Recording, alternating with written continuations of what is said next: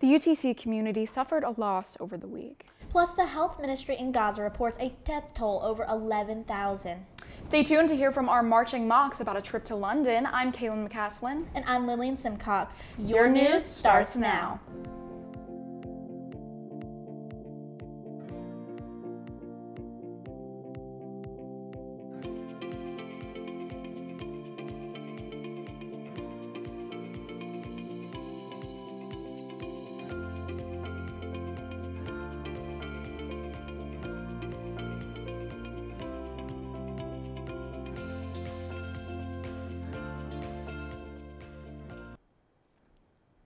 The UTC community mourns the passing of a student and an on-campus resident. No names were released in an email sent to students and staff on Tuesday to protect the family and friends impacted, and there was no suspicion of foul play. Students paid their respects by holding their memorial the following day at the Chamberlain Pavilion. Losing a member of our community is a tragedy, so please know there are resources available 24/7. The Counseling Center and the Office of Student Outreach is available during in-office hours, and the UTC Care Line is open at 423-425-CARE during all times. Western leaders are once again calling for a two-state solution for Israel and Palestine. This proposal has been suggested since Israel became a state in 1948. Only time will tell if the solution will follow through. The White House reported Thursday that Israel agreed to a daily 4-hour pause of military operations in northern Gaza for civilians to flee south for aid and relief. The Israel Defense Forces also said its soldiers took control of Hamas military stronghold in northern Gaza, where they captured weapons and found uncovered tunnel shafts. The health ministry of the Gaza Strip notes that a death toll of over 11,000, with children accounting for nearly half of the casualties. The ministry is the only official source for the Gaza casualties due to the borders being closed. A foundation has been started in the height of the Palestine events, and they will be set up on campus this week. Here's what they're all about. So we really just want to bring awareness to the injustice that's going on, the death of civilians. And that's really what we want to shed light on today. The younger generations are the ones that are going to go out and pressure people, pressure politicians. So I think their participation really means something, and it's really important. We got just the ball rolling a couple days ago. We got the table set up here. Like this flyer here is showcasing all the distressing images that are going on in Gaza right now. For me, I think everyone has a moral obligation to speak out against injustice like this. So that's really what inspired me. I don't want to see innocent people killed. I don't want to see children out in rubble, or women out in rubble. People who have nothing to do with the conflict that's going on between us two states. That's really the point. That's personally my point. We can do as much as we can to promote a ceasefire, and we can go from there. But obviously, we need more awareness. The main point is just look at what's going on over there for yourself. The images. Like it's not gonna be something you want to see. I think if you see it, you're gonna feel the same call to action that I do. Again, you can see all that stuff, all the things that we're trying to do on bridgesnotbarriers.org. So you go through there, you can see what we're trying to do. Go Mocs! This week was National First Gen Week, and UTC celebrated with several events throughout. Monday kicked off a fall festival with fall treats and activities, followed by bubble tea and belonging. And let's talk about First Gen. National First Generation Day was the 8th, and UTC hosted their First Gen Stick Together giveaway event for all of campus. A first generation student is someone whose parents did not graduate with a 4-year college degree. If you identify as a first generation student, be sure to check out the many resources UTC has to offer. Our UTC marching Mocs are headed to London. Let's check in with Gabby to see how they have prepared for this exciting trip.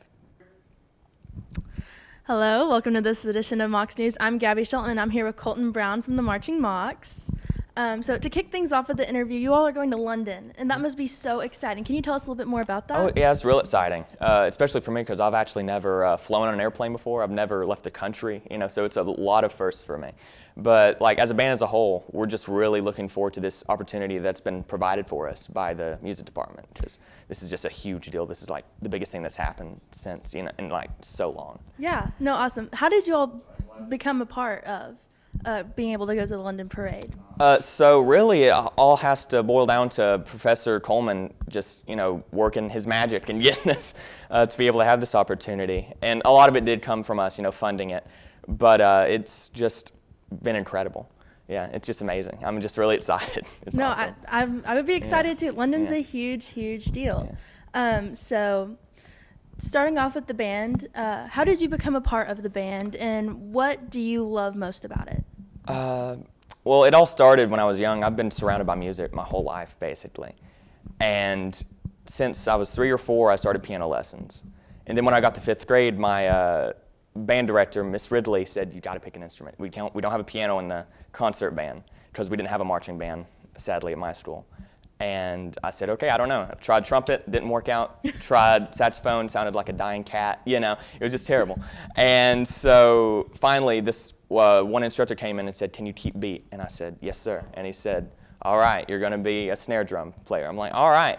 And so I started that way. And then when I got to UTC, they showed me the marching band my freshman year, and I'm like, I'm taking back-to-back math classes. I don't think I can do that.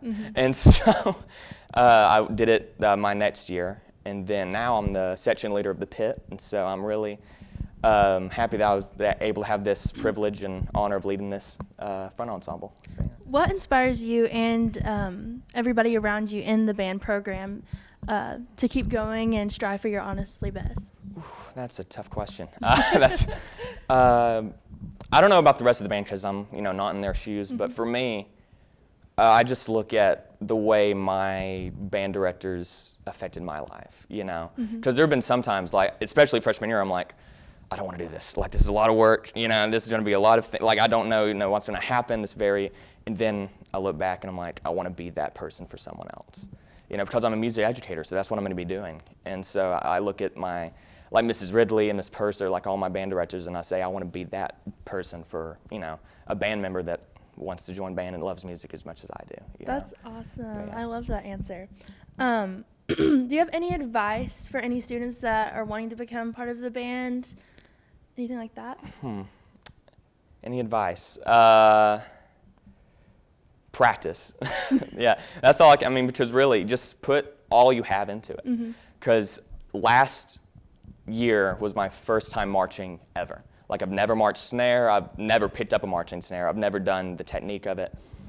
And it would have been easy to be like, I can't do it, I'm giving up, but the faculty that we have really pushed me to be my best, and when I put the work in and I put the dedication into what I was wanting to do, it turned out all right. So that's what I would say, just put your mind to it and just push yourself further than you think you can. Yes, of course. So I know you all just had band day last week, and how was the turnout for that? And was it a good event or anything like that? Oh, it was amazing. Yeah, band day was incredible. We had a bunch of high schoolers come in who were just as much in love with music as I was, and like everyone in the band was, and they got to perform on the field with us, which was really cool. And you could tell they enjoyed it because like who else gets to be a part of like something like this, playing with a bunch of college students on a football field? Like it was really incredible. And like them coming up to us and like asking about the school program and the music department, it was just really cool to see high schoolers that were passionate about music as much as I was when I was their age. So yeah, it was really cool. That's awesome. Well, thank you so much for joining us today. Thank you for having me. All right, Kaylin and Lillian, back to you guys. Well, it was definitely a jazz showdown Thursday night, from our singing Mocs to the sound of blues and grooves from our very own UTC Jazz Band. If you enjoy music, you enjoyed this concert. Take a look at what we have from the event.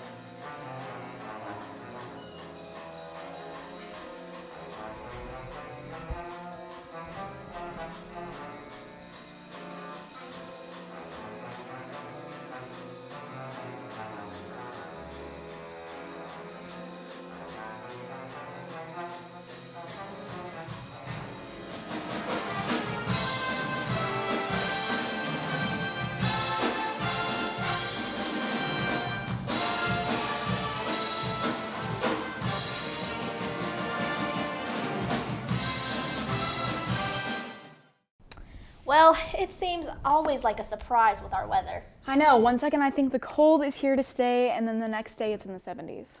Let's see what Katie Stevens has for our weather. Katie? This Tennessee weather can never seem to make up its mind.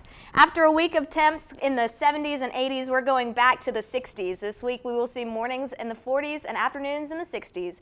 Wednesdays look like it'll be our hottest day with a high of 69, so not quite a coat and scarf weather yet. This fall has been one of the driest in a while, and we've seen quite a lot of wildfires around the Tennessee Valley. We're just going to see a few showers today and Sunday, but it won't be enough rainfall to help in the drought. But it will alleviate some of the wildfires, thankfully. Lillian, Kaylin, back to you. A UTC anthropology professor has opened up the opportunity to demonstrate Tai Chi to faculty and staff on campus. Let's go over to Cassandra to tell us more about this form of martial arts and its benefits. I'm here at the UTC Fine Arts Center right outside of the Roland Hayes Concert Hall. We're just inside.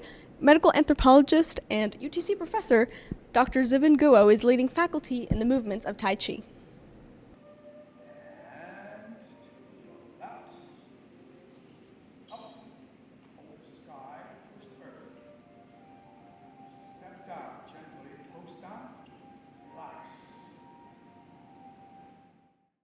A sign-up sheet was given to faculty in order for them to participate in the 6-week-long program where Dr. Guo teaches them Tai Chi. This form of martial arts originated in China and is a low-impact, slow-motion exercise that allows participants to focus on their mind and bodily movements. Guo tells us why he does it and how it benefits him. So every time when I do it, I feel the power. I feel really kind of the effect of it. So therefore, I feel this would help people, and which is also evidence-based. Tai Chi has been considered as complementary medicine by National Institute of Health for many years now. So it's become a very, very popular evidence-based and intervention strategy for a lot of issues, both physical and mental, because we all know the power we have is limited. We're talking about muscular power. It's always limited. Doesn't matter how powerful you are, somebody is more powerful than you, right? But there is one thing about the power which is very unlimited, is one's mind. Your mind is the most powerful thing.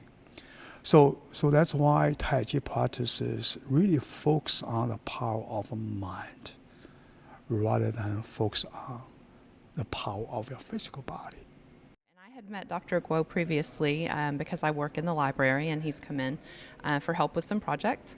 And I was aware of how influential he's been on the international Tai Chi community, especially when it comes to veterans and people with disabilities who are chair-bound. And I've always been interested in Tai Chi, just the flow of it. Like most martial arts, it blends physical with mental. And I think like a lot of people, my mind tends to be very hectic.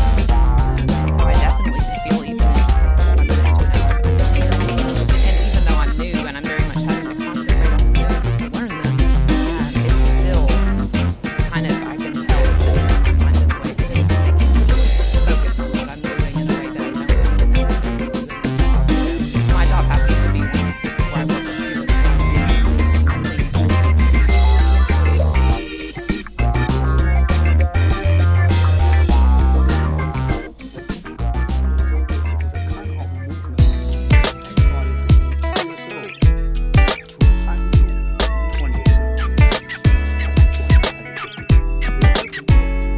Because the physical demand in terms of how demand on your physical ability is very gentle.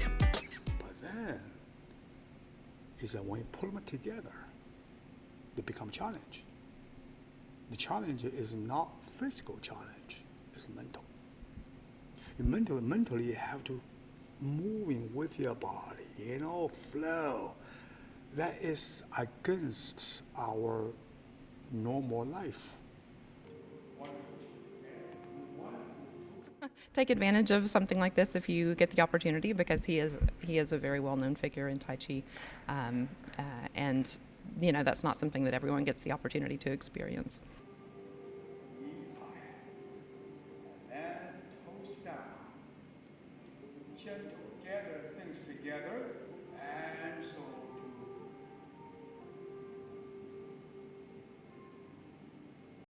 Dr. Guo has not only taught UTC faculty and students here on campus, but has also more notably taught mixed martial arts, or this form of mixed martial arts, to U.S. veterans in wheelchairs. And as we have seen today, there's endless amount of benefits that come from this movement. So give it a try. Well, the mock season opener was a wild one for both teams. And I've heard the cross-country team is in Florida today for regionals. Gabby, what else is going on? Oh, there's a lot going on, let me tell you.